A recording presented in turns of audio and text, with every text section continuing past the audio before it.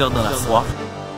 Lorsque l'esprit de l'homme est libre, les capacités qui sont en nous se dévoilent.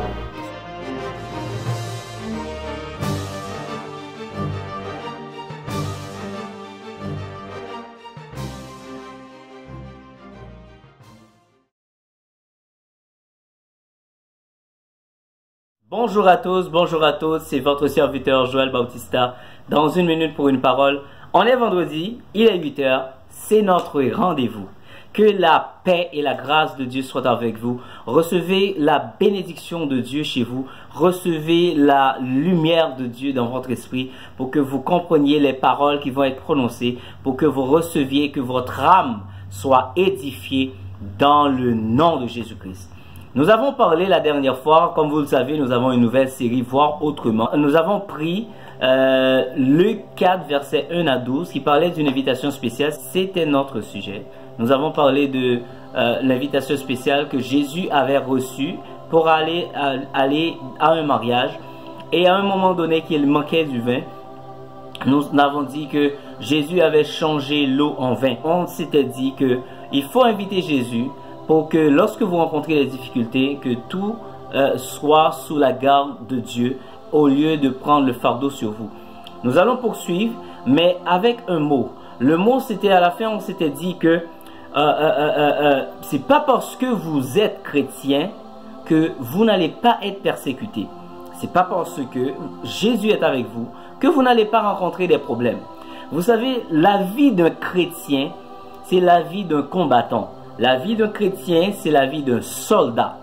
Et dans 2 Timothée 2, verset 3, apôtre Paul disait à Timothée, écoutez mon fils, souffre avec moi comme un bon soldat. Un bon soldat doit souffrir. Est-ce que ça veut dire que la souffrance fait partie de la vie d'un chrétien? Oui, la souffrance fait partie de la vie d'un chrétien, mais la souffrance ne va pas demeurer dans la vie d'un chrétien.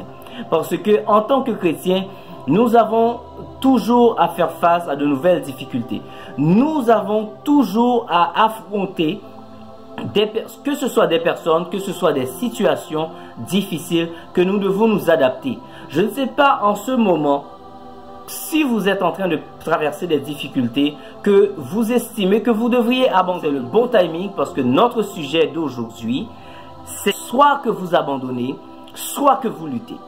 Vous savez, lorsque vous rencontrez tous les problèmes du monde, vous avez toujours l'impression que vous manquez de force. Vous ne pouvez pas affronter les problèmes seuls. Vous ne pouvez, même si vous êtes bien entouré, arrivé à un moment, vous allez vous dire, écoutez, j'en ai marre, c'en est trop, je ne peux plus continuer comme ça et je laisse tomber. Vous abandonnez. Mais de l'autre côté, si vous voulez lutter, je vais vous dire quelque chose. La Bible parle dans Matthieu 5, verset 11. Il dit, « Heureux êtes-vous si les hommes vous insultent, vous persécutent et disent faussement toutes sortes de mal contre vous parce que vous croyez en moi. » Vous savez ce que ça veut dire? Que vous croyez en Jésus, c'est que vous portez l'habit d'un soldat. Et lorsque vous portez l'habit d'un soldat, si vous êtes à l'extérieur, quelqu'un ne va pas vous dire, « Hey, monsieur, hey, madame, vous êtes un soldat. » Non, on ne va pas vous dire ça. Vous avez l'Esprit de Dieu qui est en vous, vous identifie lorsque vous êtes à l'extérieur. L'Esprit témoigne pour vous. Et si c'est une personne qui n'a pas l'Esprit de Dieu en lui, en elle, l'Esprit qui est en elle va identifier que vous êtes chrétien.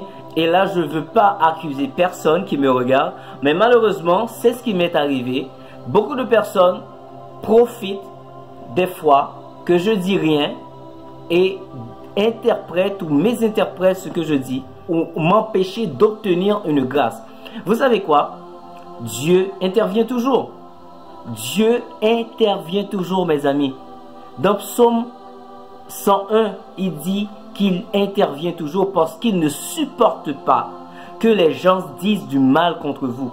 Même si cela va prendre une semaine, même si c'est un mois, même si c'est une année, gardez espoir, n'abandonnez pas. là je vous parle, c'est parce que je ne veux pas que vous abandonnez. Ne laissez pas ça arriver. La personne qui est en train de dire des méchancetés contre vous, ne laissez pas cette personne vous changer.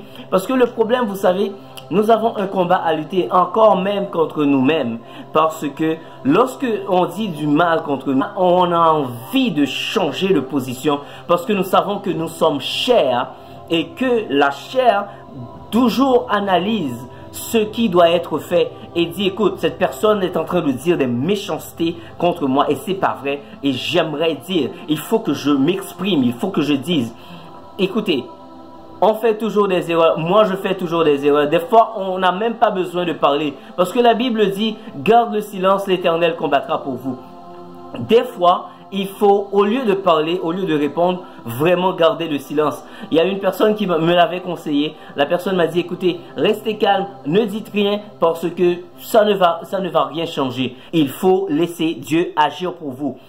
En tant que combattant, nous allons dire que le soldat doit avoir des armes pour aller au combat. Mais la vie d'un chrétien, c'est de même. Le chrétien doit avoir ses armes. Et ces armes, c'est la patience, la bonté, l'amour, la tempérance, l'accueil. Des fois, c'est l'hospitalité. Il y a toutes sortes d'armes qu'un chrétien peut utiliser. Ça ne veut pas dire que vous devez vous laisser faire. Vous pouvez fuir. Vous pouvez éviter un endroit si vous savez que vous allez rencontrer des problèmes inutiles. L'apôtre Paul avait évité de faire un chemin avec un de ses compagnons. Ça arrive des fois qu'on ne peut pas faire route avec quelqu'un. Mais ne faites pas de médisance. N'essayez pas d'écraser la personne. Donc moi, à chaque fois que je fais des expériences et que une personne dit des affaires contre moi, moi je vous donne le conseil, ne dites rien, laisse tomber. Parce que Dieu va intervenir. Et si la personne ramène des histoires contre vous et qu'une autre personne qui est un membre de votre famille utilise cette parole pour vous écraser, pour chercher à vous écraser, à vous empêcher d'obtenir votre grâce, sachez que Dieu a plusieurs moyens.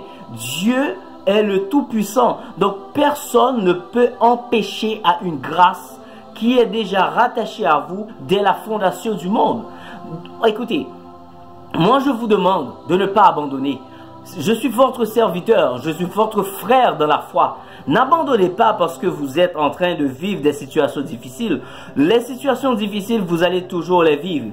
Voyez ça autrement. Cherchez Dieu de préférence. Demandez à Dieu, écoutez, je suis en train de vivre ma faiblesse et personne ne me comprend. Vous pouvez discuter avec Dieu comme vous discutez avec un ami. Et je me rappelle, j'avais parlé de ça l'année passée. J'avais parlé il faut parler avec Dieu comme si vous parliez avec une personne qui est à côté de vous, même lorsque vous ne le voyez pas. Donc, lorsque vous êtes en train de vivre toutes vos difficultés, que ce soit la maladie, la persécution, l'outrage, la médisance, écoutez, la parole de Dieu est de votre côté. La seule chose que vous devez faire, ça il faut que je vous le dise, restez intègre. Intègre.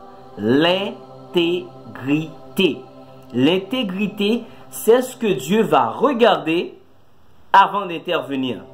Dieu a toujours regardé mon intégrité pour dire, mais c'est pas vrai. Parce que je connais le cœur de mon fils, La deuxième, je sais que lui, il ne va pas le faire de cette façon. Ça a été mal interprété. Et malheureusement, une autre personne qui n'est pas vigilant utilise certains mots, certaines paroles et la nourrissent. Mais ce n'est pas votre problème et ce n'est pas mon problème. C'est le problème de la personne qui dit des méchancetés contre vous. C'est le problème de l'âme de la personne, c'est pas votre âme. Le salut est personnel. Donc, au lieu de combattre avec une personne qui vous dit des méchancetés, qui vous fait des outrages, heureux serez-vous lorsque vous serez outragé. Heureux serez-vous lorsqu'on vous persécutera, qu'on dira de vous de faux témoignages. parce que Dieu va vous défendre. Je vous le répète, que ce soit dans une heure, que ce soit dans une semaine, ne pensez pas si ça prend un mois ou une année que vous avez raté votre bénédiction, et que ne pensez pas si vous étiez sur le point d'obtenir une grâce et qu'une personne lance des paroles ou fait un outrage ou médit quelque chose contre vous et vous estimez que c'est ce qui vous a bloqué. Vous n'êtes pas bloqué. Ce n'est pas la malédiction qui vous bloque. Ce qui pourrait vous bloquer, c'est votre intégrité et votre connexion à Dieu. Laissez la personne parler de n'importe quoi sur vous. Laissez le combat à Dieu. Vous êtes un soldat, vous allez toujours rencontrer des personnes qui disent des méchancetés contre vous. Écoutez, laissez tomber. C'est pas facile à prendre. Moi, je vous le dis, c'est vraiment pas facile à prendre lorsque vous savez comment répondre et vous savez par où passer. Mais des fois, et la majorité des fois, et c'est ce que je suis en train d'apprendre et c'est ce que je suis en train de partager avec vous, la majorité des fois, il faut rester en silence. Gardez le silence et l'Éternel combattra pour vous. C'était votre serviteur, Joël Bautista. Si votre âme a été édifiée, tapez Amen, partagez, commentez et évangélisez une autre personne avec ce message. Que Dieu vous bénisse.